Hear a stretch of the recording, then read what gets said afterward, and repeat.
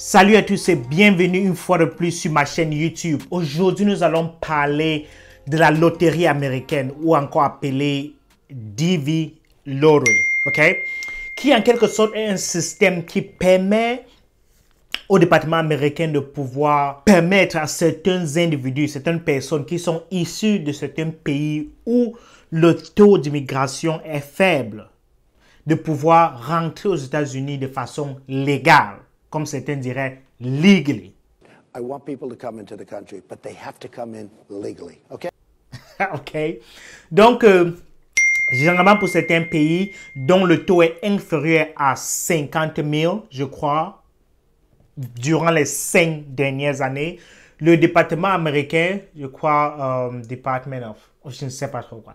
Le département américain va permettre à ces pays-là de pouvoir rentrer aux États-Unis à travers ce système-là called DV Lottery, qui est en fait un système qui permet à ce que les individus soient tirés au hasard. Puis c'est pas un système honnête, c'est un système du genre au hasard. OK? Donc, pour ceux d'entre vous qui pourraient tomber sur quelqu'un qui vous garantira l'entrée aux États-Unis à travers le DV Lottery System, c'est complètement faux. It is absolutely false. OK? Donc, et ceci est un système gratuit. C'est-à-dire qu'il suffit juste de postuler et si à travers le tirage au sort, tu es sélectionné, ça te permettra ainsi de pouvoir rentrer aux États-Unis de façon légale et par ce biais-là aussi bénéficier d'une résidence permanente, ce qui est aussi appelé Green Card aux États-Unis. OK?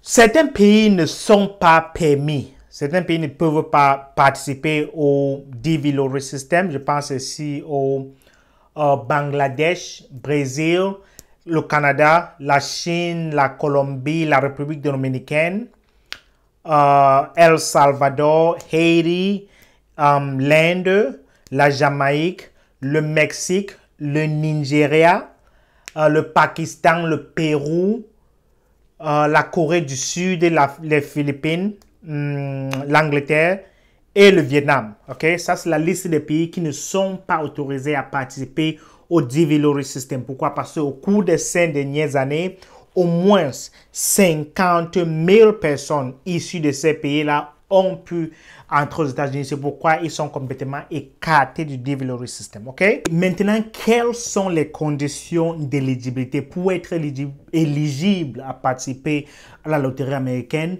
Tu dois être, condition numéro 1, être natif d'un pays, je dirais, comment on dit encore ça?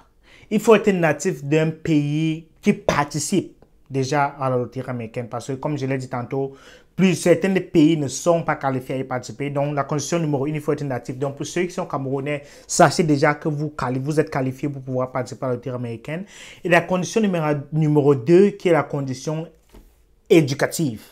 OK? C'est-à-dire, d'après les informations présentes sur le site du département d'État, tu dois avoir, je ne sais pas si ces informations ont changé ou changé chaque année, mais d'après l'information qui se trouve présentement sur le site, ils disent bien que tu dois avoir complété le niveau baccalauréat ou encore 12 années dans le cycle primaire et secondaire, c'est-à-dire un total de 12 ans qui inclut le primaire et le secondaire, ok? Niveau baccalauréat. Mais comme je l'ai dit tantôt, très tôt dans ma vidéo, ça c'est un jeu, c'est un tirage au hasard. C'est-à-dire tout le monde peut être sélectionné. Mais maintenant, quand il faudra passer au moment de la sélection, de pouvoir trouver qui est qualifié pour le programme, vous pourrez maintenant être éliminé à cette affaire-là. Mais au départ, tout le monde peut être sélectionné. Peu importe le niveau d'éducation, ou puis ça c'est le critère numéro 2, soit tu es un baccalauréat ou ayant complété 12 ans dans le cycle primaire et secondaire, ou encore tu as complété 2 ans de formation, c'est-à-dire tu as une expérience professionnelle. C'est-à-dire soit tu as le niveau d'éducation, soit tu as l'expérience professionnelle pour pouvoir y participer. Donc, ça sont les 2 critères en dehors du pays dans lequel tu es né qui a trait à ta nationalité. OK? Maintenant, comment est-ce que tu dois appliquer? Donc, ça, c'est la partie numéro 3. Comment est-ce que tu dois appliquer? Tu dois aller sur le site www.dvlottery.usa.gov. Je pense bien. Je vais mettre le site, en fait, en vidéo, sa vidéo. Je ne sais pas si c'est le site exact que je viens de donner là, mais je crois que c'est www.dvlottery.usa.gov. Un truc comme ça. Mais je vais mettre le site correct ici en bas de la vidéo. Ok, donc ça, c'est comment tu dois appliquer. Mais si tu vis au Cameroun, le plus facile, c'est de pouvoir te diriger vers un cybercafé. Puisque là-bas, ils l'ont déjà fait tellement de fois. Donc, ce sera facile pour eux de pouvoir te guider et te montrer exactement comment est-ce que tu dois faire pour pouvoir déposer tes dossiers et aussi prendre les photos aux dimensions normales pour pouvoir postuler. Je vais faire un petit rappel. La raison pour laquelle ils permettent, ils ouvrent, puisque le nombre est de 50 000. Ça, c'est le nombre pour l'année 2021, 50 000. La raison pour laquelle ils mettent un nombre assez large comme cela, c'est parce que le plus souvent, ce ne sont pas tous ceux qui appliquent qui vont checker leurs résultats, ou encore ce ne sont pas tous ceux qui checkent leurs résultats, qui vérifient leurs résultats, qui vont en fait postuler.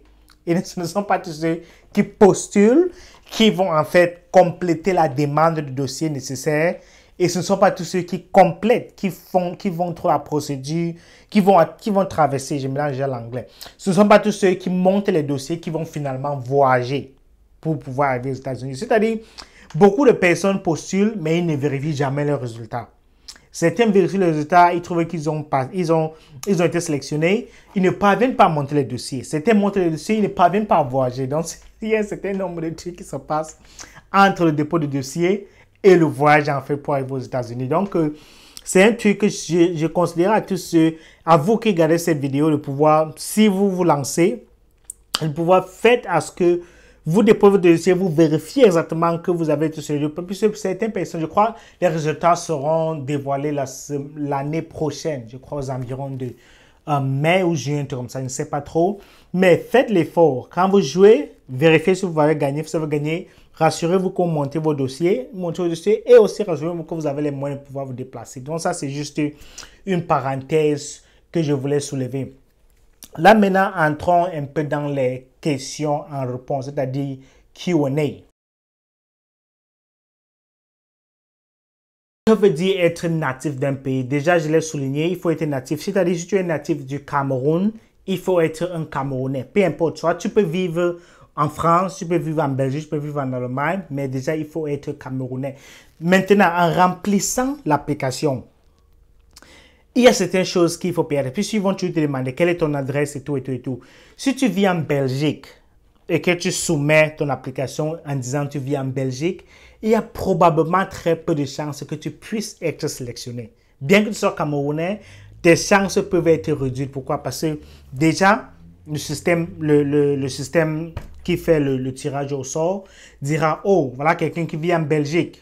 Comparé à quelqu'un qui vit au Cameroun, tes chances vont drastiquement diminuer, puisque le niveau de vie ou les conditions ne sont pas les mêmes. Okay? Donc, ça peut diminuer un peu tes chances pour pouvoir être sélectionné. Donc, si tu vis en Belgique et que peut-être tu as les plans de descendre au Cameroun, c'est bien de jouer et de mettre ta destination, ta location ou ton adresse comme état au Cameroun pour un peu augmenter tes chances. Donc, être natif, c'est déjà être originaire d'un pays. Ça, c'était le point numéro 1. La question numéro 1, je disais. Question numéro 2. Ok, question numéro 2, certains se diront, quel est le nombre de visas qui sont octroyés? D'après le site du département d'État, le nombre de visas qui sont octroyés en fonction des pays ne dépasse pas 7%. C'est-à-dire, dans les 50 000 par pays, ils font l'effort que ça ne dépasse, que le nombre de personnes qui sont sélectionnées par pays ne dépasse pas les 7%. Ça, c'est en général pour chaque pays. OK? OK, question numéro 3. Certaines personnes demanderont, est-ce qu'il y a un âge limite pour pouvoir participer à la loterie américaine? Je dirais, il n'y a pas d'âge limite. tout le monde, peu importe ton âge, tu peux participer, tu peux jouer, tu peux demander déposer tes dossiers pour participer à la loterie américaine. Là maintenant, il y a certaines conditions qui changeront. Si quelqu'un peut-être est marié à des enfants, certains enfants au-delà de, je crois, l'âge de 21 ans, et s'ils sont mariés, tout ça, pourront ne pas participer à ça. Ok? Mais déjà, il n'y a pas d'âge pour pouvoir y participer. Tout le monde peut participer en fonction, je dirais, à moins que tu aies obtenu ton baccalauréat ou tu as déjà l'expérience nécessaire. Puisque si tu as déjà tout cela, ça veut dire que tu as déjà un certain âge, ce qui fait que tu peux effectivement participer. Donc, il n'y a pas d'âge pour pouvoir y participer. Et je crois la quatrième question, certains demanderont quels sont les délais. La loterie de 2021, puisque nous sommes en 2019 maintenant, et celle qui a été lancée, c'est en fait pour 2021. Ok? Donc, le délai, la date d'ouverture, c'était le 2 octobre et elle ira jusqu'au 5 novembre 2019. Donc, elle a été lancée le 2 octobre 2019 et elle se terminera le 5 novembre 2019. Donc, il faut tout faire pour que tes dossiers puissent être déposés durant ce moment-là. Certaines personnes demanderont, est-ce qu'il me faut le passeport nécessairement pour pouvoir appliquer? Je pense que cette année-ci, ils ont décidé de faire un peu autrement. Ils ont décidé de faire ce que ce sont ceux qui ont déjà un passeport qui puissent pouvoir postuler. Je ne suis pas très sûr, mais d'après les informations que j'ai obtenues jusqu'à présent, ils demandent que le passeport soit présent au moment de l'application. Ce qui veut dire que quelque part peut-être dans l'application, dans le processus de l'application, tu seras demandé d'entrer ton numéro de passeport. Ce qui fait que si certains parmi vous qui regardent cette vidéo n'ont pas encore de passeport, le conseil sera de demander un passeport express. De fait, est-ce que ton passeport puisse sortir très rapidement possible avant le 5 novembre pour que tu puisses poser tes dossiers à temps. Again, ça c'est une information que j'ai obtenue déjà à partir de 2 sources jusqu'à présent. Sur le site du département d'État, je n'ai pas vu cette information personnellement, mais d'après 2 sources donc, qui ont parlé de ce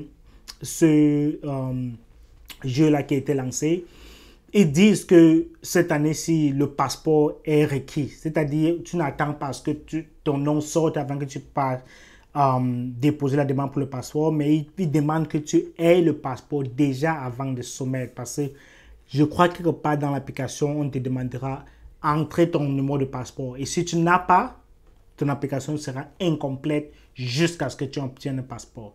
Je crois que c'est ce qu'ils ont changé pour cette année-ci là. Ok, la question numéro 6, je crois. C'est pas 5 ou 6. Ok. C'est celle de savoir, certains verront cette vidéo et se demanderont si je suis marié, est-ce que ma femme automatiquement sera qualifiée pour ça? Sur le site du département d'État, ils disent bien ceci. Si tu es marié, tu peux appliquer séparément de ta femme. C'est-à-dire tu déposes ta demande et ta femme dépose aussi sa demande séparément. Mais une fois que une personne d'entre vous est sélectionnée ou choisie comme gagnant, l'autre personne, c'est-à-dire l'autre marié, l'autre spouse, sera automatiquement qualifié en tant qu'ayant droit. Ok? Donc, si tu es le mari, tu joues, tu ne gagnes pas et ta femme joue et gagne, automatiquement ta femme t'ajoutera dans son application. C'est-à-dire que tu es en quelque sorte un ayant droit du moment où vous avez bien évidemment un acte de mariage qui montre que vous êtes marié. Automatiquement tu seras ajouté à l'application comme ayant droit. Donc, effectivement, l'homme et la femme jouent séparément, mais une fois qu'ils gagnent, ils seront dans le même dossier, en quelque sorte. Ok, question numéro 7. Certaines personnes vont se demander, est-ce que je peux déposer les dossiers moi-même ou est-ce que quelqu'un peut le faire à ma place? Déjà, il est conseillé, d'après l'information sur le site du département d'État, que tu dois déposer ta demande toi-même. Déjà, c'est pour réduire le nombre de fautes et aussi pour que toutes les informations soient précises. Mais aussi sur le site, il est aussi mentionné que si tu n'es pas disponible, tu peux en fait faire à ce que quelqu'un proche puisse aussi déposer une demande pour toi. Donc, nécessairement, tu ne dois pas toujours être présent, mais quelqu'un peut aussi déposer tes dossiers à ta place. Mais il est conseillé de le faire toi-même.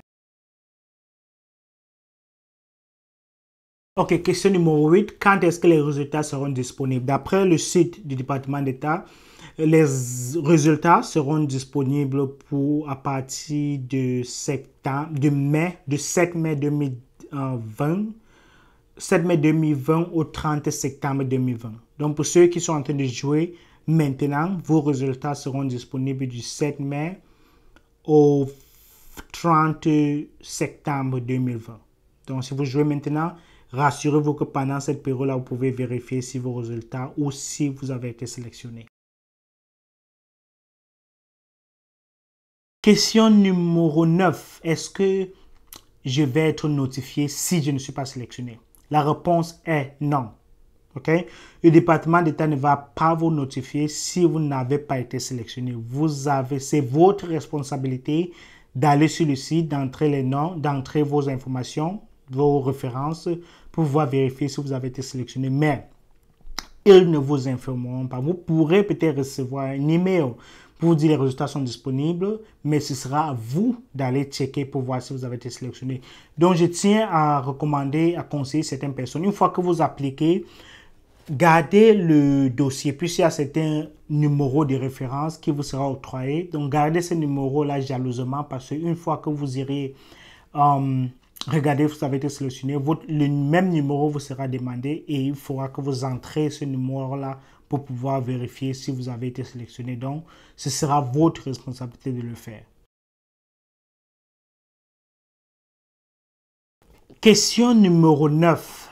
Certaines personnes verront cette vidéo et se demanderont si je joue et quelque temps après, je voyage pour les États-Unis et une fois aux États-Unis, je me rends compte que j'ai été sélectionné. Est-ce que je peux ajuster ou changer mon statut auprès de l'USCIS? La réponse est oui. Une fois que vous jouez et que vous arrivez à voyager pour les États-Unis et que vous vous rendez compte que vous avez été sélectionné, oui, effectivement, vous pouvez changer votre statut auprès de l'USCIS, c'est-à-dire changer votre catégorie de visa. Et une fois que vous le faites, votre statut va automatiquement changer et vous aurez cette résidence permanente-là. Question numéro 10, qui est celle de savoir combien de visas seront octroyés cette année. Une fois de plus, je tiens à rappeler que ce sera 50 000 visas qui seront octroyés cette année. Ok. Ayant dit tout ceci, pour ceux et celles qui prendront le temps de voir cette vidéo jusqu'à la fin, déjà, je tiens à vous remercier et je vous encourage à considérer souscrire à notre chaîne YouTube. Souscrire à notre chaîne YouTube, nous encourageons fermement à le faire parce que le but de cette année est de pouvoir agrandir notre chaîne pour qu'elle atteigne la barre des 1000 à 10 000 subscribers d'ici la fin de l'année 2019. C'est un gros challenge, mais je pense avec vous, avec votre soutien, ce sera possible. Donc, si vous voyez cette vidéo, déjà pensez à liker, pensez à déposer un commentaire. Si vous avez une question, déposez-la en commentaire. Et si vous n'avez pas encore fait, pensez à souscrire à notre chaîne YouTube pour que la prochaine fois je puisse... Et aussi, une fois que vous avez souscrit, cliquez sur la cloche de notification pour que la prochaine fois quand je fais une nouvelle vidéo, tu sois parmi les premiers à être notifié. Donc déjà, merci de nous avoir suivis et je vous revois la prochaine fois. À tout à l'heure. Bye bye.